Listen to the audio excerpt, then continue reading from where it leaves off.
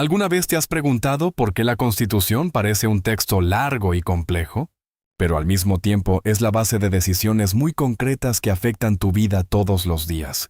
Entender la Constitución Política de 1991 no es memorizar artículos, es comprender su estructura. Porque cuando entiendes cómo está organizada, empiezas a ver lógica donde antes solo había páginas. La Constitución no está escrita al azar. Tiene un orden, una arquitectura jurídica que responde a una idea central: limitar el poder y garantizar la dignidad humana. Empieza con un preámbulo. Aunque no es un artículo como tal, tiene valor interpretativo. Allí se declara que el pueblo de Colombia, en ejercicio de su poder soberano, promulga la Constitución con el fin de fortalecer la unidad de la nación, asegurar la vida, la convivencia, el trabajo, la justicia, la igualdad, el conocimiento, la libertad y la paz. Esto no es poesía jurídica sin efectos. La Corte Constitucional ha dicho que el preámbulo orienta la interpretación de todo el texto. En otras palabras, cuando hay dudas, se vuelve a este punto de partida. Después viene el título 1, de los principios fundamentales. Aquí están las reglas más importantes del sistema. El artículo 1 define a Colombia como un Estado social de derecho. Esto significa que el Estado no solo organiza el poder, sino que asume responsabilidades frente a las condiciones de vida de las personas. El artículo 2 establece los fines esenciales del Estado, como garantizar la efectividad de los derechos. El artículo 4 consagra la supremacía de la Constitución. Y el artículo 5 reconoce la primacía de los derechos inalienables de la persona. Estos principios funcionan como una especie de columna vertebral.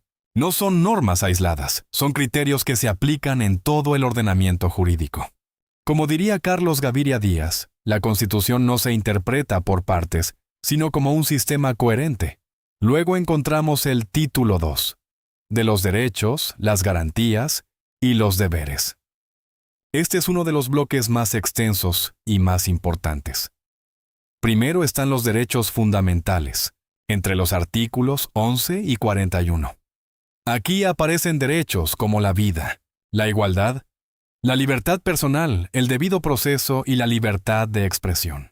Por ejemplo, el artículo 29 establece que el debido proceso se aplica a toda clase de actuaciones judiciales y administrativas.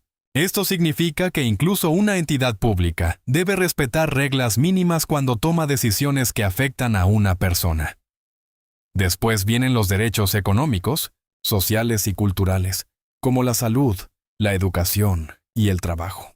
Aunque tradicionalmente se entendían como progresivos, hoy tienen aplicación directa en muchos casos, especialmente cuando se relacionan con la dignidad humana. También están los derechos colectivos y del ambiente, que reflejan una visión más amplia del derecho, donde no solo importa el individuo, sino también la comunidad.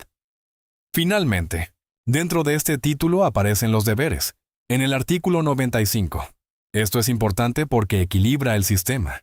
No solo se trata de exigir derechos, sino también de cumplir responsabilidades, como respetar los derechos ajenos y contribuir al funcionamiento del Estado. Aquí se puede recordar una idea muy presente en la tradición jurídica. No hay derechos sin deberes. Es una forma de entender que la convivencia depende de ambos. El siguiente bloque es el título 3. De los habitantes y del territorio. Aquí se regula quiénes son nacionales, quiénes son extranjeros y cómo se organiza el territorio. El artículo 96, por ejemplo, define la nacionalidad colombiana, y más adelante se establecen las bases de la organización territorial. Este título puede parecer técnico, pero tiene aplicaciones prácticas. Define, por ejemplo, quién puede ejercer ciertos derechos políticos, o cómo se estructura el país en términos administrativos. Luego viene el título 4, de la participación democrática y de los partidos políticos. Aquí se concreta la idea de que Colombia es una democracia participativa. No se trata solo de votar cada cierto tiempo. La Constitución reconoce mecanismos como el referendo, la consulta popular, el cabildo abierto y la revocatoria del mandato. Esto conecta con una idea muy clara en el pensamiento político colombiano. La democracia no se agota en las elecciones.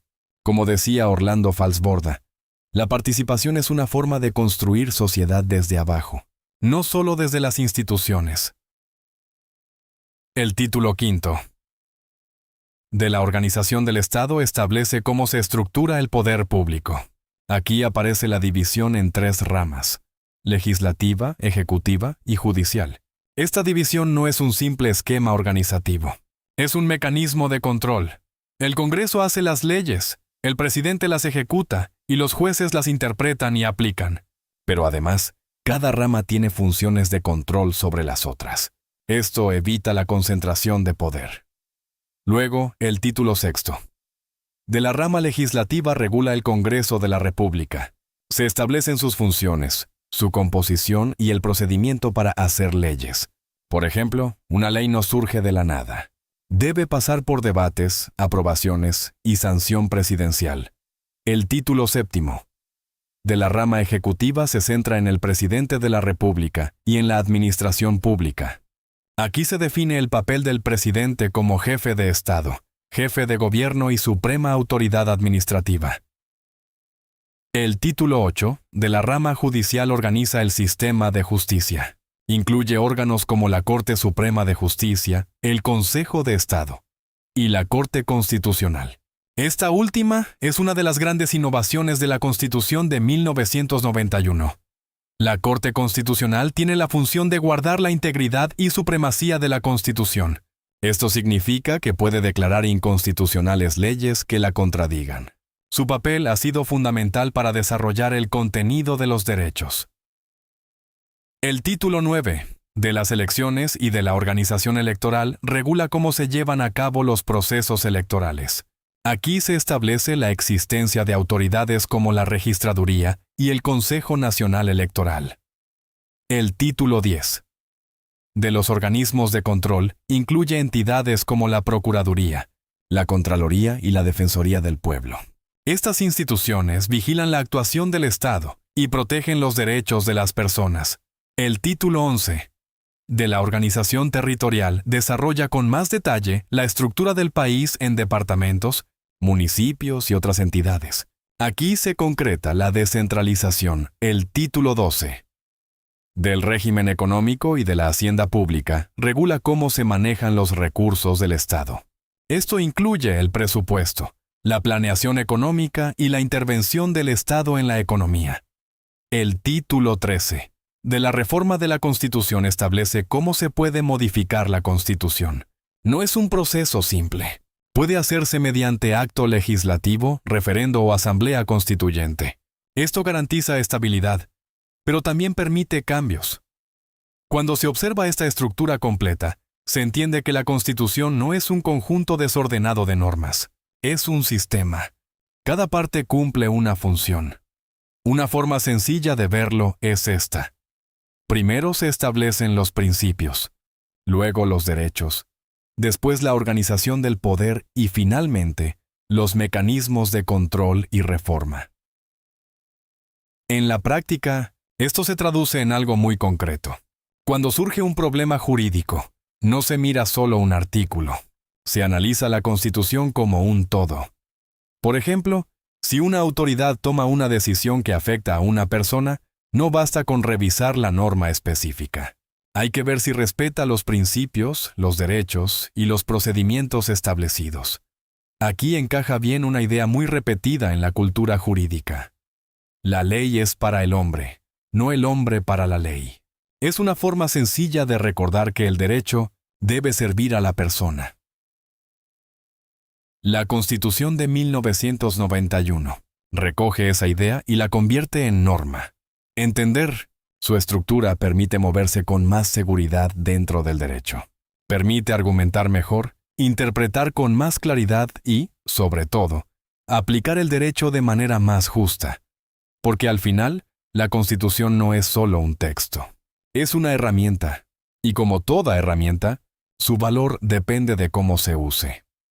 Si quieres seguir entendiendo el derecho de forma clara, con estructura y sin perder profundidad, suscríbete a Leyes Colombia. Aquí el objetivo es simple: que el derecho deje de ser confuso y se convierta en algo que realmente puedas usar.